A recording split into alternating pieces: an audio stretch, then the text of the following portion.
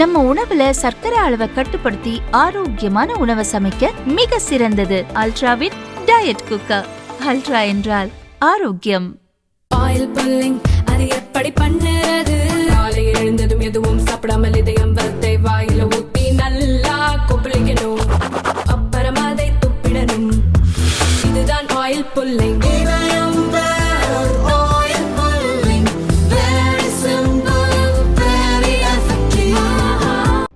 ஈவேராவை பற்றி நாம் தமிழர் கட்சி தலைவர் சீமான் தொடர்ந்து அவதூறாக பேசி வருகிறார். அவரது பேச்சு தமிழக அரசியல் வட்டாரத்தில் பரபரப்பை ஏற்படுத்தி உள்ளது. ஈவேராவை தொடர்ந்து அவமதிக்கும் சீமான் வீட்டை முற்றுகையிடப் போவதாக ஈவேரா ஆதரவு அமைப்புகள் அறிவித்தன. அதன்படி நேற்று முன்தினம் 500க்கும் மேற்பட்ட ஈவேரா ஆதரவாளர்கள் நீலாங்கரையில் உள்ள சீமான் வீட்டுக்கு வாகனங்களில் புறப்பட்டனர். அவர்கள் வீட்டை முற்றுகையிட்டால் பதிலடி கொடுப்பதற்காக சீமான் வீட்டு வாசலில் 200க்கும் மேற்பட்ட நாம் தமிழர் தொண்டர்கள் உருட்டு கட்டைகளுடன் தயாராக நின்றனர். வந்தால் வெட்டுவோம் என ஆவேசம் காட்டினர்.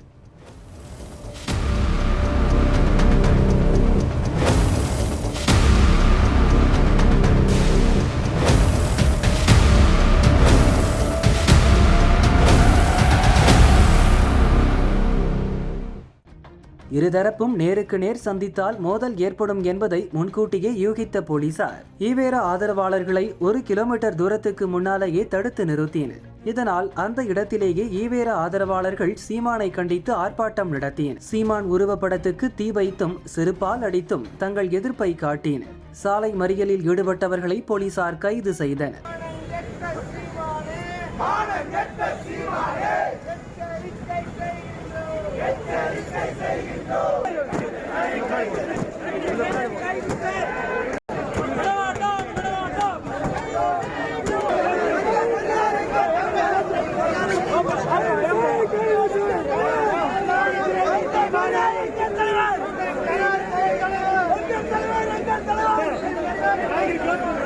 இதனிடையே தனக்காக வீட்டு முன் ஆக்ரோஷத்துடன் கூடிய தொண்டர்களுக்கு பிரியாணி விருந்தளித்து தானும் சேர்ந்து சாப்பிட்டார் சீமான்.